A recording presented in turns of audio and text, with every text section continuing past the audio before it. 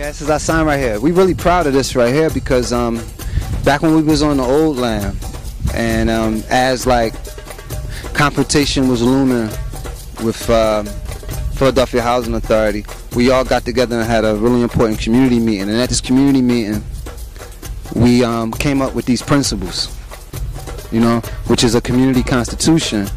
And the reason why we came up with these principles is that we wanted to make sure that the values and the protocols and the standards that we establish will be laid down. Because if you don't have a constitution, anybody can come and change your situation, and they can make other rules and say, okay, this is how it goes.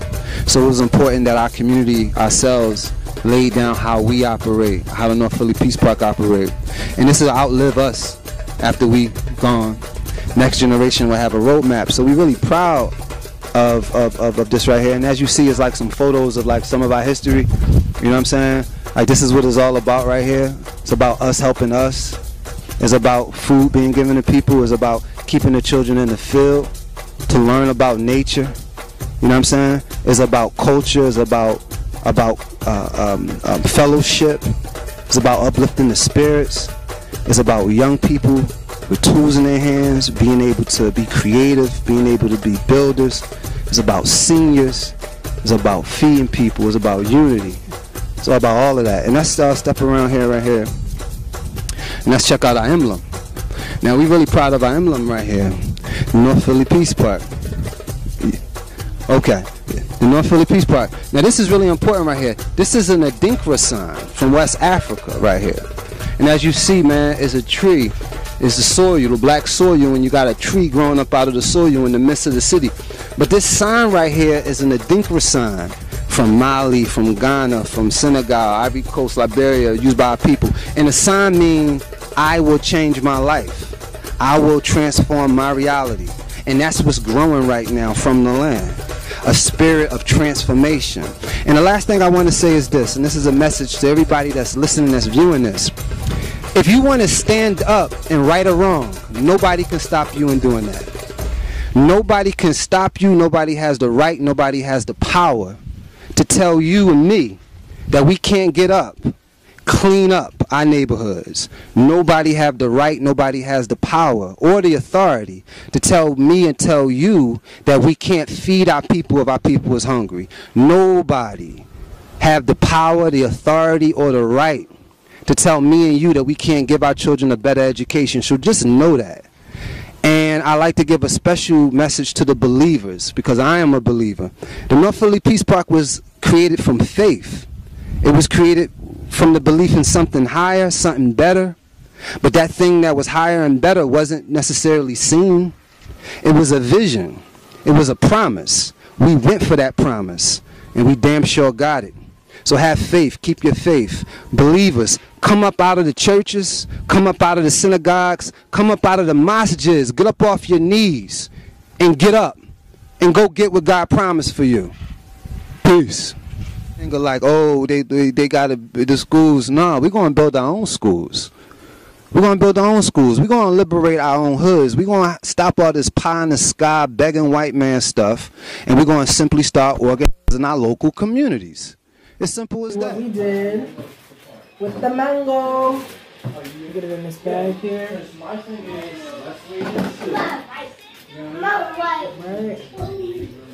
And like I was saying, shea butter is a lot denser than, so you can even see it doesn't fall apart as easy. It's very pliable, and it kind of takes its form. It's perfect for soap making if you want to make whipped butters. It's perfect for lip balms, and yeah, whatever your heart desires, really. You can even use it just as is, rub it on your skin, do some aromatherapy, add some essential oil in here. I love doing that with lavender before bed. That is the treat. That's what I look forward to every day, honestly. Yeah, just be creative with it.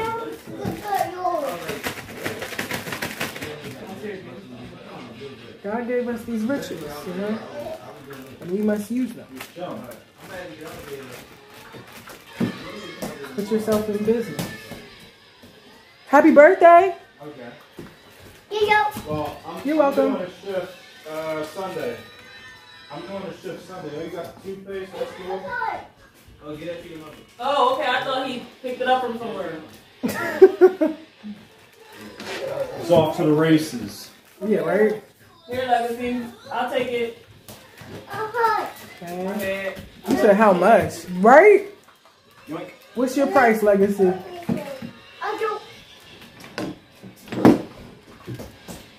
For me? Thank you. College campus, bring them back to the hood, sit them down, sit our children down. We would do that. It's worth it. So that's our school right there. And this school was designed by black architects. Because one thing that we knew, one thing in order for us to progress is we need unity. We need coalitions. We need alliances. And I mentioned in the beginning of this interview, sister, that nobody going to help us but us. Nobody going to help us but us. Nobody. Nobody cares for us. And anything that somebody say they're going to do for us, it ain't going to benefit us. They can open up 1,000 schools around here. Black children still going to be not educated. They can open up 1,000 supermarkets around here. Black people still ain't going to have no access to no healthy food. Only if we do it ourselves can it actually reach the people. So we went, and this was like after they fought us for the land around the corner. And we went out and we found black architectural students. We approached them. We said, look, man, this is what's going on with your people. This is what's happening with your people down in North Philly. They ravishing your people's community. They taking away your people's future. In this neighborhood, both of the schools got closed down. Reynolds, the middle school got closed down, and vlogz, where I went, got closed down. So what you going to do? What we going to do, black people? What, send them to another messed up school that's about to be closed down? What, let them run the streets and get pulled into crime, pulled into sex, pulled into drugs? What you going to do, black people? Sit around and complain? No, we're going to build a school. Well, damn, how you going to build a school? We're going to get the architects then to design the school. Who going to build it? We're going to get the construction workers. Anything we need to do for our people right now, we can do it if we got enough guts to get up and pursue it. So black architects from the University of Pennsylvania, we approached them. We asked them, can they help us? They worked with us. They came down here. We went up there. They talked to the kids. They talked to the adults. And we arrived at this design. And this is going to be the schoolhouse that's going to be here at the North Philly Peace Park. We're going to give our children what's called a STEM-based education. But we call it STEM. We say STEM deck. So you got science, technology, engineering, mathematics, but you also got DEK, which stands for design, because you need that too. Design is architecture. Also ecology. You need that too. And also the K, knowledge of self. So we're talking about a STEM deck based education for our babies, and we're going to be focusing on K to 5 age with a particular focus on 4th and 5th graders. Have y'all started like raising money for that?